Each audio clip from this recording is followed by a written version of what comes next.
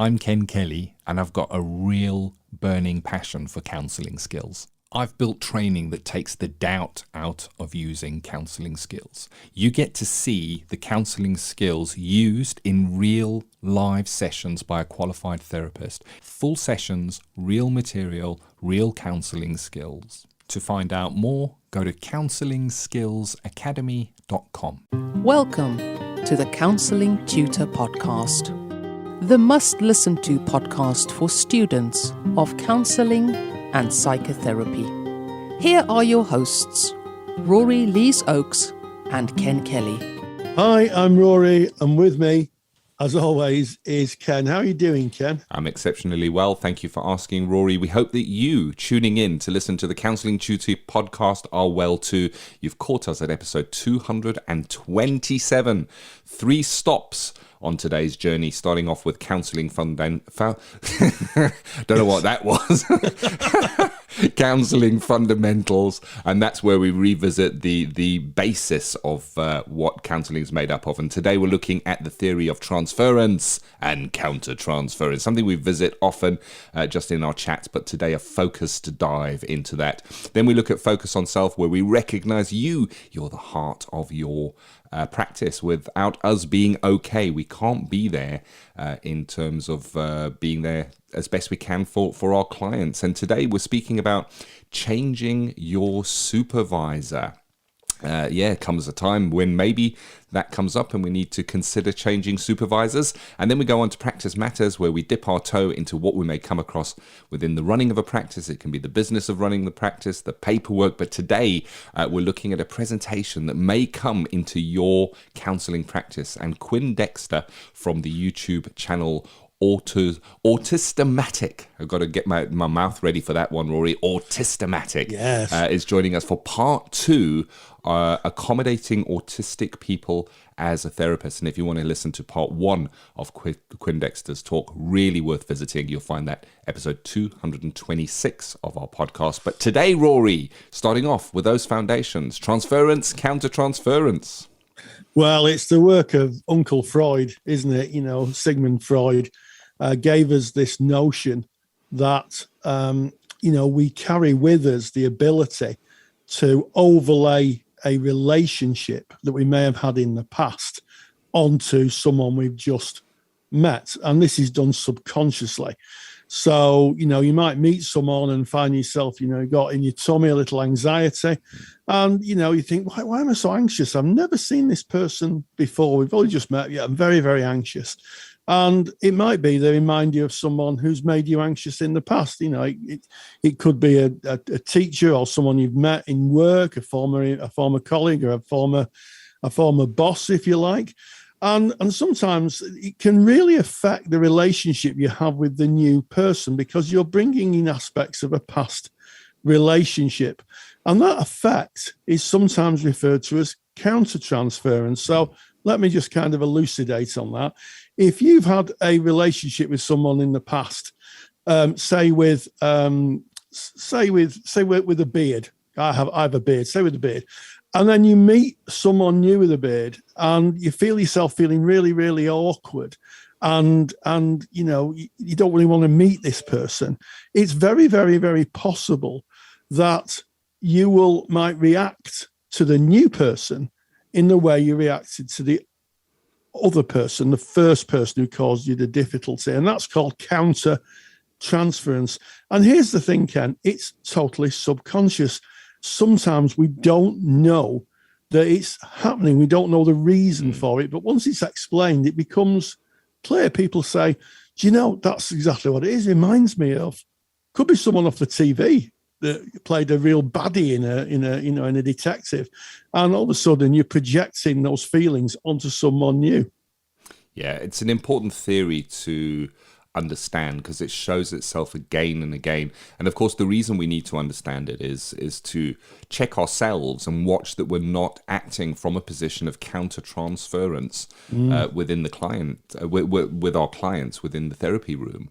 If we are as you said, Rory, transference itself is invisible. So we're going to use the scenario of a client coming in, sitting opposite us, and subconsciously that links into something from our past. Now, there is the transference, and we may have feeling within ourselves, but it's when we react to that, when we start acting based on that feeling, that is the countertransference. And then, of course, we're not there with that client 100%. Part of us is with somebody from our past, and we don't see it.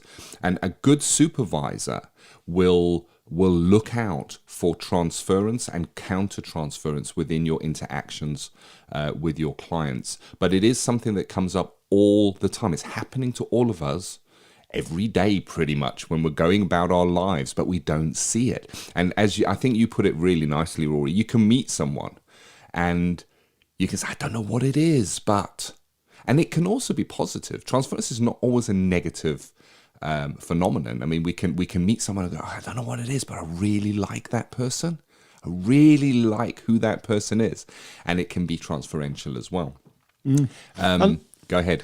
Yeah, and that could be kind of disappointing, because you might meet someone and the transference that you're picking up is by someone you've had a really great relationship with, and the new person maybe you don't get along with too well, and that can cause a bit of conflict. Yeah, it's a confusion, transference, countertransference, and usually we pick it up by our emotions. So it's not something we can cognitively reason with. We check our emotions when we're in the therapy room, and if anything is coming up for us and we're not quite sure why that is, it may be an indicator of transference. We may be acting from a position of countertransference, and it's certainly something to take into supervision and say, this client said such a thing, they're presented like such a thing, and I don't know what it is, but I felt such a thing. And then it can be explored, because exploration of the transference and countertransference takes it from being subconscious, in other words, not seen and processing behind the scenes, as it were, behind that curtain. Once that curtain is open and we can see it, we can start dealing with it. And a good supervisor will kind of try and link it to who does this person maybe remind you of. What was that relationship with that person? Is this person that person? And of course, the logical answer, now that we can cognitively see it, is no. And then you can change it. It takes the power out of the transference. Once it's seen, it can't be unseen again. Yeah, I like that point. Yeah, and what you're speaking to is reworking the transference. So, in the therapy room, should a client say to you, you remind me of somebody. I think a switched on therapist may say, tell me a little bit about who I remind you of. And you can get the sense of if there's some transference going on.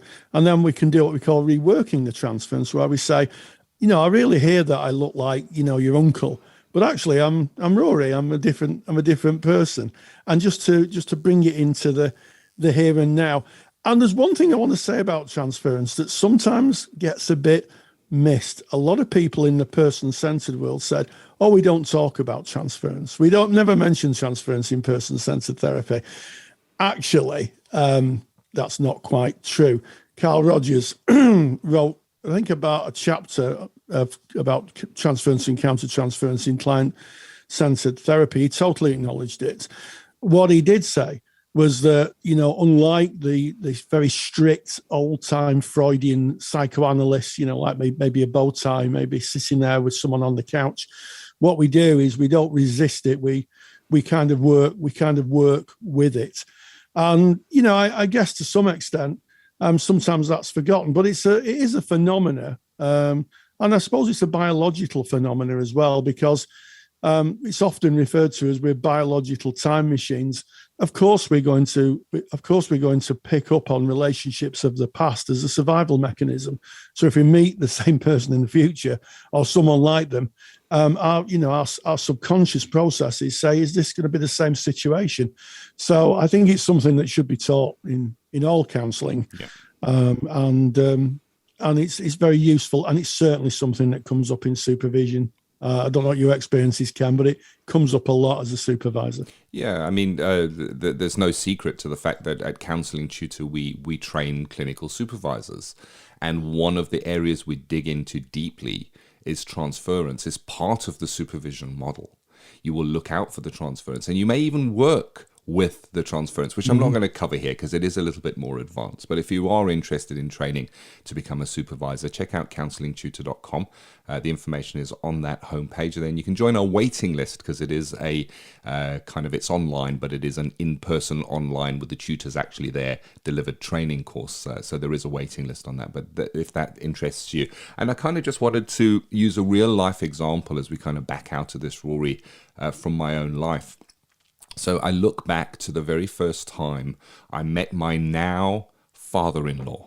So at the time, he was not my father-in-law. He was my girlfriend's dad. And the very first time I met him, I had a feeling of dis-ease, a big feeling of dis-ease. I was almost frightened. I almost wanted to avoid being in his company. And the interesting thing was, when I kind of looked at that, he couldn't have been kinder. He couldn't have been more welcoming. He was smiling. He was open, approachable. So nothing from him was putting off that feeling that I was feeling. But I really felt a dis-ease. And when I was going through it, I thought, well, maybe this is a logical way to feel with a girlfriend's dad. Maybe it's because he's older than me, so it's a respect for him being further down the road. But when I really looked into it, I realized that he looked similar to the sergeant major that we had, our residential sergeant major, Rory, when I was doing my conscription military service when back in South Africa. And our residential sergeant major was not a person you wanted to be in front of under any circumstances. He was a very shouty man, well, as you would expect of a regimental sergeant major. And once I was able to see that and differentiate and go, but he's not the sergeant major, he is, at the time, my girlfriend's dad, all of that dissipated. Yes, and I think that's a really great example. And there is another example in my super duper handout, which you can find at podcast episode 227. How do you get that? Couldn't be simpler. You go to counsellingtutor.com, you click on the podcast tab, you find episode 227, and you can download that handout, which gives my experience of transference when working with a student. Yep. Now, if you're listening to our podcast, you're a regular listener to our podcast, and we get so many emails saying, I listen to your podcast, I listen to you and Rory all the time when I'm walking the dog or driving the car or whatever it may be. If you haven't visited our website, counsellingtutor.com, do yourself a favor. Not only are all these handouts there, but it is actually a search engine on our website for anything counseling related. So if you're a student specifically, you have a bit of theory or a concept or a skill that you're looking at within your training, go to counsellingtutor.com, scroll down on that front page, and you're going to see a little search engine there. Put in the search term, because we have a lot of really well-written, academically robust articles that will cover the main theories and skills used in counselling. So go and check that out. So remember, if you want to get Rory's handout, counsellingtutor.com, click on the podcast tab, episode 227, go and get it. Transference, Countertransference is quite a robust handout. It's academically written, gives a really interesting view on transference and countertransference. So whatever your level is, go and get that. It's a good handout to have. So backing out of, I guess, those counselling foundations, Rory, into that focus on self and changing your supervisor. Yes, and this is a question we get asked a lot on our Facebook page. And if you're not a member of our Facebook page, go to Facebook, type in Counselling Tutor, knock on the door, and our caring moderation team, our lovely moderation team, will let you in, and you can join thousands of like-minded people discussing the world of counselling and psychotherapy. We have students, we have tutors, we have qualified colleagues, we have lecturers, all talking about the issues of the day and issues in counselling and psychotherapy. And one that comes up quite often is changing your supervisor. And, you know, some people say, I need to change my supervisor. And I think changing your supervisor is a good thing. Certainly as a supervisor myself, I can think of two former supervisees who've changed their supervisor as their practice has developed and gone to a supervisor with a different skill set. And one in particular was someone who started off seeing individuals and then trained to be a couples counsellor, and then decided that they wanted supervision with a couples counsellor. And I think that, thinking about changing your supervisor is a really good thing. And here's the thing, our world has changed over the last few years with the pandemic, the COVID pandemic. A lot of people have gone online to work online, and they've stayed working online either by phone or by video. And you really need a supervisor who has those skills, who understands the online world and the psychological phenomena which the online world brings. And I think a lot of people change the supervisor to adapt, as my former supervisor did, to their new way of practicing, which is online. Yeah. And I think that's one reason why somebody may change supervisor. So you are working within an area, or if you're working with technology, as Rory said, you would want to work with a supervisor who has training in that area. If you just now start seeing, you've just graduated your couples counselling course and you're now seeing couples, you would hope that you're going to a supervisor who understands couples work and can be there to support you in your practice. But of course, there's other reasons why you might change your supervisor without having to change your modality. And it may be that you feel you're looking for something different. Maybe you're not getting all you need out of supervision. Maybe you're looking for a little more challenge. Maybe you're looking for a little less challenge and a little bit more support. It depends on your journey. So I guess changing a supervisor, there's two sides to this. One is I need to change my supervisor now because something's going on for you and you may be not 100% satisfied with what is going on. But the other side of that is, but I'm really happy with my supervisor. I've been seeing them for 7 years and we get together and it's all lovely. And it's, when it's too comfortable, maybe that's another indicator of, hold on a second, because supervision, yes, it is supposed to be there to support you and who you are, but there isn't a challenge element. I mean, supervision, good supervision improves your practice. It's what it's there for. We're taking in the presentations that we come across within our practice. We're taking it to a peer who is specialist trained, who is further down the road than we are. And we get feedback. We get pointed in areas where we should be doing our CPD. It challenges us, and within that challenge is growth. So I guess there's a number of different reasons why one might consider changing supervisor. And sometimes you might have more than one supervisor. And this is an interesting one. Because Rory, you went into this speaking about how times have changed and there's a lot more online working now. If you look to the ethical guidelines of your ethical body, chances are they suggest if you're working with technology that you should be getting supervision from a supervisor who is trained in working with technology. So if you're working online, you want to have a supervisor who understands that, as Rory's already said. But it may well be that you just take your online work to a supervisor who you may meet online and over a video conferencing software like Zoom or something like that, and you will take just your online work to that supervisor, and you may take your face-to-face work to a different supervisor. And I think that's a bit of a change, because if we look back in time, I think traditionally, and of course I can't speak for everyone, you would kind of tend just to have the one supervisor, but now we got more than one. Many have more than one. Yes, it's becoming quite the norm now, and certainly as counselling and psychotherapy has moved into very specialised areas. I'm thinking of EDMR, eye movement therapy, as it's sometimes called. You would need a supervisor that's a specialist in that area. So yes, it's not unusual, certainly for qualified colleagues, to have one supervisor for one area, couples, EDMR, CBT maybe, and another for their person-centered practice.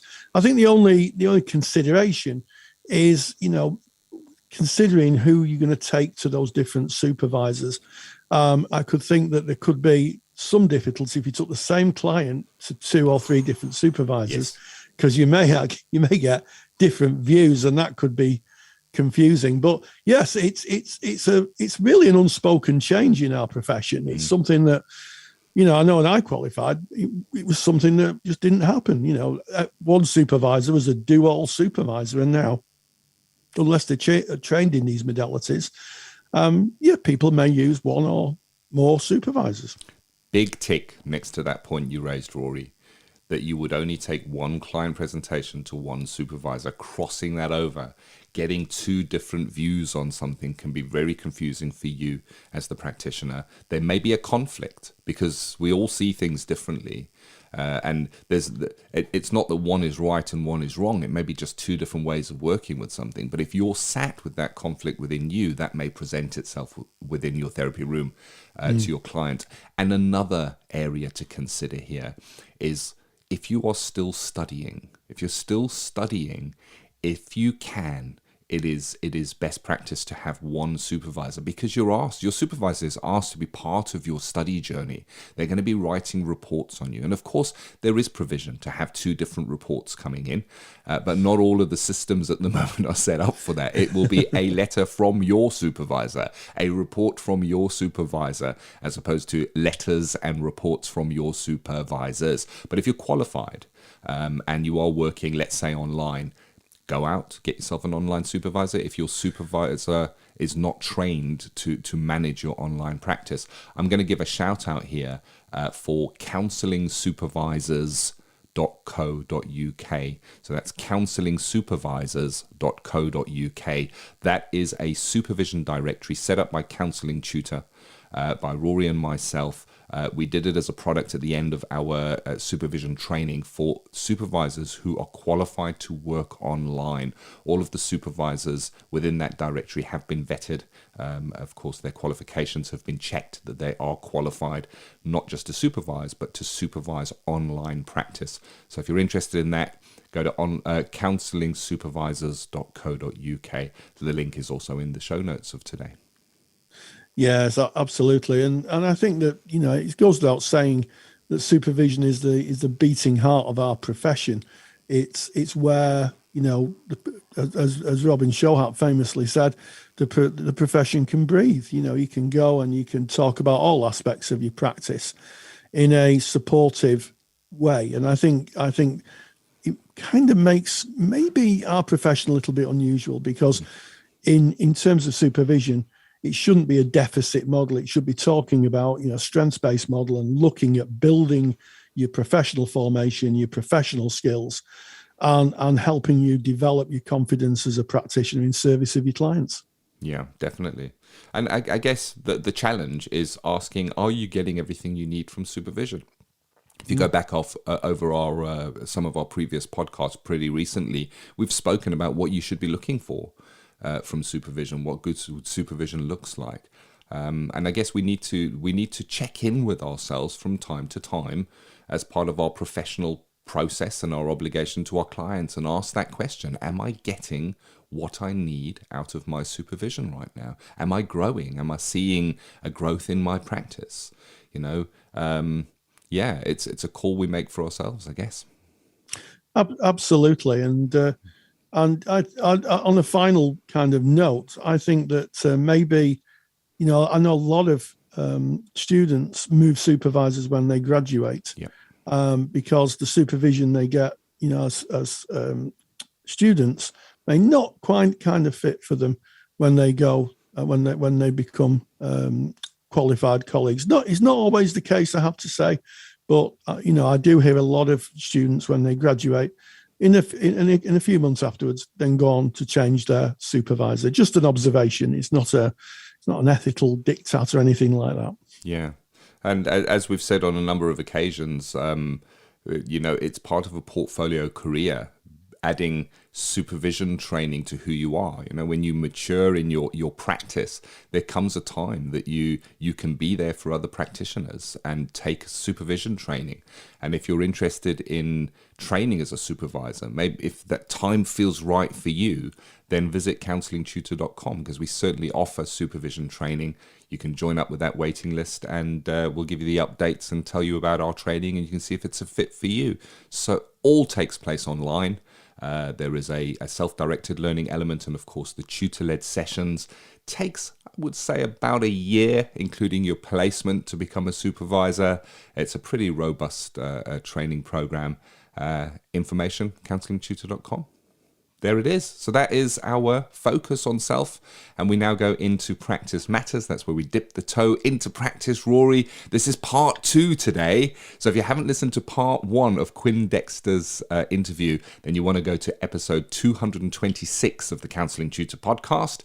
But in 227, Rory, you spoke to Quinn about accommodating autistic people as a therapist. Yes, so in this fascinating second part of this 2-part interview, I asked Quinn, what do therapists need to do to accommodate neurodiverse people? And this is what he had to say. Practice Matters. The National Counselling Society is proud to sponsor Practice Matters. National Counselling Society are really excited to have launched their Children and Young People Therapist Register for counsellors working with the younger age group. To find out more, visit nationalcounsellingsociety.org. nationalcounsellingsociety.org. What's surprising is that until maybe 10 years ago, the idea of autistic sensory differences was something that we ourselves knew about within the community, but professionals generally didn't acknowledge. And it's still not considered part of the diagnostic criteria, although a lot of people do bear it in mind. But everybody seems to know it. Where it gets awkward is that whilst there are generic sensory considerations that you can use to make your venue more accommodating, they're all going to be unique to the individual. A good example, I spoke to somebody recently who was diagnosed as an adult, who told me about how when they went for their diagnostic appointment, there was a ticking clock in the waiting room. And that was a major frustration to them. Now, to me, a ticking clock's actually very soothing. I actually have analog clocks in every room in the house because that ticking actually is, for me, something which helps me regulate, I suppose is the best way to put it. Lots of us are very sensitive to the hum of electricity, for instance, just the sound of electricity going through wires that most neurotypical people can't hear. A lot of autistic people can. But when you take it to things that you can hear, like, say, a fridge or the cooling fan on a computer, to a lot of autistic people, that might be like somebody being in the corner of the room drilling into the wall. It can be incredibly distracting. So certainly that's something that is worthwhile considering, because although it's not uniform, that one is quite common. But in general terms, from environment, it's reducing the noise pollution, avoiding overhead lighting, particularly fluorescence. The flickering of fluorescence is something that a lot of us are quite sensitive to. We do perceive it consciously. Having the door open or closed is another one. Your default is probably going to be to close the door for privacy, which is perfectly understandable, and we'll want the privacy as much as anybody else. But a lot of people don't feel comfortable with closed doors. So it might be an idea to think about that if you are having somebody autistic to come to see you, to perhaps make sure that the waiting room is clear when they're there, or if there's reception staff of any sort, maybe they can go off for a coffee break while they're there. And the same goes for seating. I mean, if you can have a choice of seating, that's ideal. Some of us may not want to sit down. Some people do their best thinking when they're on their feet. And so if that's the case, let them do that. I mean, obviously, a lot of your listeners will do that sort of thing anyway. But it's definitely a paramount concern when you've got somebody autistic in there. More important than that, though, is thinking about how you communicate. A lot of autistic people don't get on very well with euphemism or metonymy. And if you do use either of those, or analogies or colloquialisms, do be prepared to explain them, because it may not seem obvious. If you were to describe, say, busybodies in business as being suits, they may not understand that you mean business people. They may be thinking of literally animated suits. It might confuse some people. I mean, although there are a few aphantasic autistic people, it's not something that's commonplace amongst us. But the idea of taking things literally comes from that sometimes we use euphemisms and colloquialisms that don't actually make sense in context in the conversation. And whereas two people who know each other well or come from the same culture might understand it, somebody who's autistic, or for that matter from another culture, might not get it. So do be prepared to explain things that way. And we will have a lot of questions as you go through. A lot of the things you'll say to us, we will ask you for clarity. But also is to understand the honesty that you'll get from most of us. If we don't say something, or if we say we don't know, it'll generally be because we don't know. It's not going to be because we're hiding something or we're embarrassed about something. We don't know, or we don't know what it is you're trying to get out of us or trying to get us to open up about. What you will often find with us is that the candor that you will get from an autistic person is way more than you would get from the average neurotypical person you're going to be seeing. We tend to be very straight about things. Honesty it's often misrepresented.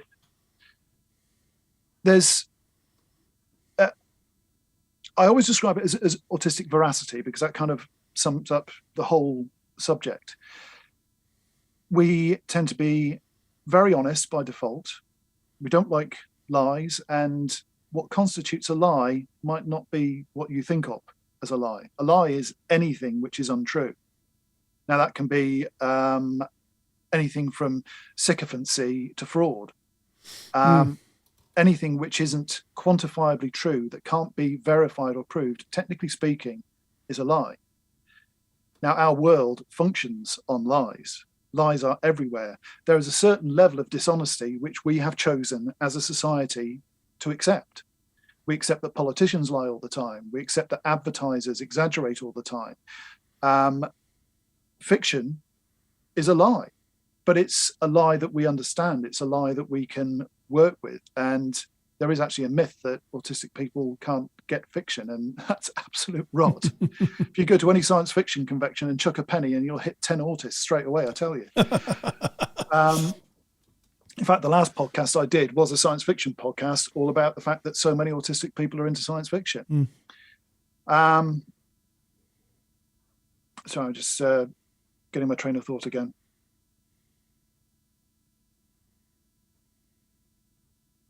So yeah, as I say, there's autistic candor will catch people out an awful lot. Also, our emotional makeup can be very different. About half of autistic people are alexithemic, and that's going to factor into how we relate to anybody in a mental health care profession, because we're often going to be asked how we feel about things, and we will not often be able to express that, even if we're not one of that 50% who are alexithemic and we're on the other side. Finding words that will convey how we feel accurately to yourself might not be straightforward. I mean, myself, my channel and everything I do outside of my day job is communication, and people think of me as a pretty good communicator. But as I actually mentioned in the video I've got coming out this week, I was constantly punished as a child for being a fussy eater. The dentist used to have a go at my mum for letting me eat sweets all the time, because all my molars were rotten all the time. And I got punished for it. My mum thought I was eating sweets behind her back. My younger brother used to steal money from her purse, but I always got the blame for it, because she assumed that I was stealing that money to go and spend on sweets, which were then rotting my teeth, that the dentist was then having a go at her about. It took me until I was nearly 40 to explain to a doctor exactly what was going on in my life with my digestion, my eating habits. And they put me for the appropriate tests that prove that actually my stomach doesn't empty properly. And I've had acid reflux all my life. So all those punishments, all those assumptions that were made were based on preconceptions about naughty children and the fact that I couldn't express it. I'd heard about heartburn all my life, but I had no idea that what I was experiencing was actually indigestion. And so it took me till I was nearly 40 to get that across. And it was a straightforward prescription of ranitidine and then omeprazole to calm the acid, and there are other tablets I can take to make my stomach empty. If that had been recognised when I was a kid, it would have not only saved me a lot of physical pain, but it would have saved me an awful lot of heartache, and it would have helped prevent some of the wedges that were driven in between myself and my family when I was younger. So, the fact that we can't always get our point across isn't just a question of what we're saying, it's a question of how we're being listened to. And those listening skills that people in these professions that we're talking about have worked so hard to develop, perhaps you're going to need to go back to the drawing board on some of them. Yes. And that's because we're not the same. We think differently. Our emotions are different, our senses are different, and our relationship with the truth is very, very different. And adjusting to that is going to be probably the most important thing if you are seeing an autistic client. And just as a bit of rampant self-promotion here, I've actually got a series on the autistic verbal spectrum and on autism and relationships, which quite honestly, for anybody who's thinking of or has autistic clients, would be absolutely invaluable, because it talks about our thoughts from the inside, not the external, the internal autistic experience and how that relates to the neurotypical one. I've spent 50 years studying neurotypicals, so I wouldn't say that I know everything by any means, but I've got a better handle than I used to. And it does help a lot by me in some ways acting as interpreter between the two camps, as it were, at times. I mean, I think that's so useful, and that you've kind of answered my next question. That if you suspect the client is on the autistic, is autistic, or meted them, how you adjust accordingly. And I think you've really covered that to try and understand the world view of someone who is autistic. Now, autism is traditionally understood via a triad of impairment, i.e. deficits of communication, empathy, restrictive interests, and the need for routine and repetition.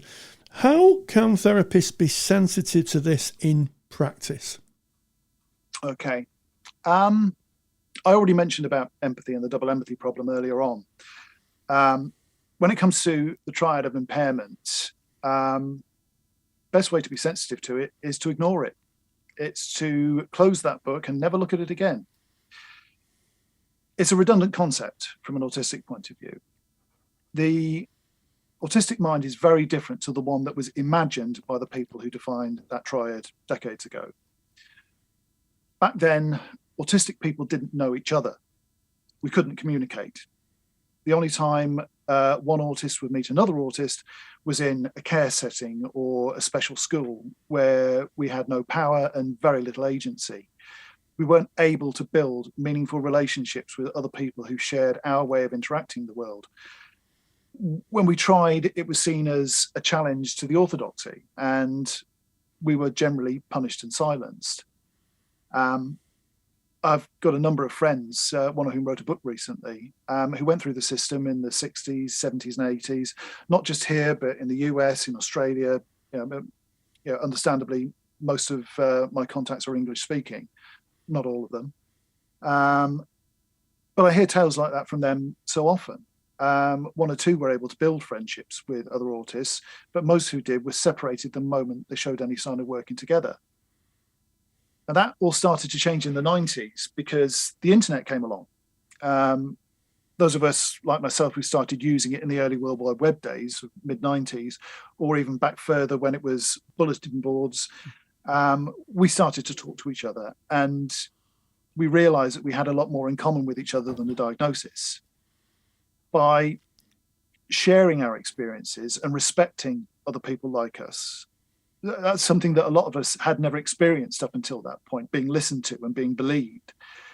We started to build a picture of our minds from the inside out rather than the outside in. Now, I know this may sound a bit controversial, but quite honestly, the majority of the expert knowledge about autistic people currently in existence today is not psychology, it's zoology. It's no different from studying an animal without actually being able to ask the animal's point of view.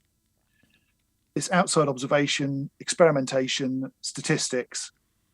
It's not an insight into our minds, because even those who have bothered to ask us either generally haven't paid sufficient attention or they've not been able to accept or even comprehend some of the answers we've given. The autism triad of impairments is based on the assumption that autistic means broken. But what a few decades of autistic and other neurodivergent people talking to each other has revealed is that we're no more broken than the average neurotypical person, but we are different. So instead of looking at the autism triad, there's an alternative autistic triad, the one we've recognized ourselves from within. And I've touched on that already. It's that our senses work differently from the average non-autistic person. So we may be more or less sensitive to specific stimuli. It means our picture of the world might be richer in some ways, duller in others, understimulating or overstimulating. Or we may even glean sensory information that the average individual can't detect, like the hearing electricity I mentioned earlier on, or even supplementary information in the form of synesthesia. Synesthesia isn't part of autism, but there are a lot of autistic synesthetes. There are estimates ranging from about 10 or 15%. And that can be unusual in its own way. I experienced something which it's not very well known, but it's known as ticker tape synesthesia. When I speak and when people speak to me, I see subtitles. I don't see them superimposed on my vision. I'm aware of them. So to me, speech translates into written word on the fly. The only time I actually don't see that is when I watch something on television or watch a movie with subtitles. It's one of the reasons I put subtitles on, because it turns that off. So when there's actual words on the screen that correspond to the spoken word, but as soon as you get that thing, because a lot of subtitles will abbreviate from the spoken word, and when they abbreviate, it flashes up again. So it's quite intriguing. But we're all familiar with the idea of synesthesia in sort of classic things of being able to see colours from music, or getting textures from tastes and smells. That's another layer of sensory information, and that's something which can help some autistic people be very, very discerning about things. The third part of it, though, is the veracity that I mentioned earlier on. We tend to have a very specific relationship with the truth. It gets misrepresented as black and white thinking, as a lack of tact, as emotional immaturity or inappropriate behavior. But most of the time, it's actually us just being candid or telling a truth that somebody else doesn't want us to tell or doesn't want to hear. Emotions, they're an important part of the triad as well. It is senses, emotions, and veracity. Autistic emotions do tend to work slightly differently, just because so many of us are alexithemic. But even then, our manifestation of alexithemia may be more complex than what people expect. It's not just that we can't necessarily put the right words to the emotion we're feeling. It can be in the form of delayed emotions, overwhelming floods of emotion, hyper-empathy to the plight or the joy of others, or even having insight into people's motivations that they prefer hidden. Some of us are very, very good at spotting deception when other people are being taken in. Quite apart from the image that there is of autistic people being very gullible. Yes, some of us are. We naturally default to believe, as we said about empathy earlier on, because we're ourselves, generally speaking, very honest and very straightforward in our intents. We expect other people to be until they prove otherwise. And for some of us, it's got to the point where we've been so used to being disappointed, so used to being deceived, that we start to expect it from everybody, because it's easier to think that of everyone than it is to try and discern between who is and who isn't. But generally speaking, that ability to spot somebody who's not being straight with us is very, very common. And unfortunately, a lot of people who want us to believe that they're being honest with us, not mentioning any Mr. Johnsons or anything, are actually lying through their teeth all the time. But they'll tell us, and we're expected to believe because they're in authority or they have that kind of relationship with us where we can't criticize them. They'll expect us to take them at face value, even when they are blatantly lying through their teeth. So there's a lot that we see within the autistic triad that, if you understand it, will help you to understand the autistic mind and any autistic clients or patients a lot better. But if you go in with the frame of mind of its impairments, then you're really on a hiding to nothing. You're setting yourself up for failure. it's, if you're going to help somebody to have a better future, if you're going to help them to get through difficult times, you need to be able to relate to them on their level. And as we talked about with radical empathy, that can be very, very difficult when you're dealing with somebody who's essentially immoral or antisocial in their behavior. A lot of what you see in autistic people isn't antisocial or asocial, it's a different kind of social. The fact that when you get a bunch of autistic people together, they can, generally speaking, get on well in a way that we never can if we were put into an equivalent sized group of neurotypical people, is evidence of that. And the same goes the other way around. If you put a neurotypical person into a bunch of autists, they will generally feel very awkward and won't know what to do or what to say. So if we can get around that and have it so that we've got people who understand that each side is different and be accommodating to each other, instead of it being as it is in the world today, where autists are expected to accommodate the neurotypical world and that's it, then you could go a long way forward. But we don't see that at the moment. But yeah, I think going back to where the question was, abandon the autism triad of impairment and instead look at the autistic triad of distinctions. I think that's a really useful point to finish that kind of topic on. One final question: what would you personally look for in a counsellor or therapist if you needed one? I'll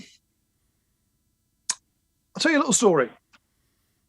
A couple of months ago, a psychiatrist in another country who runs a group practice approached me asking for help attracting autistic clients. And first thing I suggested was, well, get an autistic therapist on your books. I don't know what their arrangement was, whether it be some sort of partnership or whether they'd hire, but get an autistic therapist in. And she just said straight away, there aren't any. Now, I know quite a lot, but most of them have separate social media accounts to talk about the autistic side of their lives. They don't want to be identified as autistic in their professional life. They fear exposure because they see the way autistic people are routinely treated within the mental health system. We're not taken seriously, and they do need to be taken seriously. So the way a lot of approached it is to keep quiet about their diagnosis, but do what they can to change attitudes and enhance knowledge from within, in secret, as it were. They're, if you like, they're sleeper agents, moles within the system. But the fact that they find it such a scary prospect, actually opening up, coming out of the autistic closet, as it were, is quite scary. Now, I've had bad experiences with counselling before. I mentioned that earlier on. However optimistic I may start out at the beginning of it, no matter how qualified or experienced the counsellor, psychiatrist, psychologist, whatever their profession may be, it usually comes down to them in some way trying to alter my worldview, in the same way that every parent, teacher, every boss, doctor, casual acquaintance and Facebook expert has done. They want me to see things from their non-autistic point of view rather than try to understand mine or even meet in the middle. I have needed counselling many times in the past, and most times I've given up on it because it just wasn't fit for purpose. And yeah, having an opportunity to talk to people who are in that profession right now is, it's a tremendous privilege, but it's something that I'm really glad to do, because there's such a huge knowledge gap out there. If you want to be cynical about it, sort of base instincts, you could say there's a hell of a lot of money to be made in understanding autistic minds and catering to our needs. But from a more ethical perspective, there's 2 or 3% of the population out there screaming for help and not getting it. And any of your listeners could put themselves in that position to be able to help. So right now, at this point in time, if I were looking for a counsellor or therapist, I'd be looking for somebody who was autistic. But I don't want that to always be the case. I'd like to think that at some point in the coming years, there'll be a healthy cohort of neurotypical professionals who work alongside their neurodivergent counterparts with a view that our differences are part of natural human diversity rather than deficiency, impairment, or deficit. What I look for is the understanding that the neurotypical way isn't the right way or the normal way. It's just the majority understanding in your specific culture, and other ways are equally valid. I think, probably to sum it up, I've learned the hard way that the word normal is very useful in geometry or statistics, but it doesn't apply to people. Well, I think on those really profound words, and I think anybody listening to this will hear the need for extended empathy to really try to understand a different prism, a different frame of reference. Quinn Dexter, thank you so much for joining us. Rory. If you want to hear the first part of this fascinating interview with Quinn Dexter, go to counsellingtutor.com, click on the podcast tab for the podcast, and go to episode 226. Big thank you to Quinn Dexter from Autistic, and for you, Rory, for taking the time to do that interview. I've loved both parts of Quinn's interviews. I think it's honest, it's from the heart, it's spoken from experience, but also being kind of submerged in the world of neurodiversity. Yeah, absolutely. And, I think it's a growing awareness. Our world is expanding our awareness of difference, and neurodiversity is one of those differences which therapists, need and should work hard to accommodate and try and meet that person, to either a relational depth or in a more practical way of making sure that they get the service that they want. More information from Quinn. You want to go and check out his YouTube channel. You can get a link directly to Autistic YouTube channel from our show notes page. Go to counsellingtutor.com, podcast tab, episode 227. All the notes are there. You can get today's handout there. All the links we've spoken about to training, to the supervision directory, it's all there. But there's also a link to Quinn Dexter's YouTube channel. As a working professional, that is a channel that is worth subscribing to. He shares so much information. Rory, that's a mouthful. This has been episode 227, hasn't it, of the Counselling Tutor Podcast. Absolutely. We started off with Counselling Foundations, where we talked about our old friend, Transference, and Countertransference, indeed. And then on Focus on Self, we talked about changing your supervisor, maybe looking for a supervisor that matches your practice where it is at the moment. And then finally, that wonderful second part interview with Quinn Dexter, who talks about how therapists should adapt their practice to meet and work with people with neurodiversity. And as always, stay grounded and stay safe.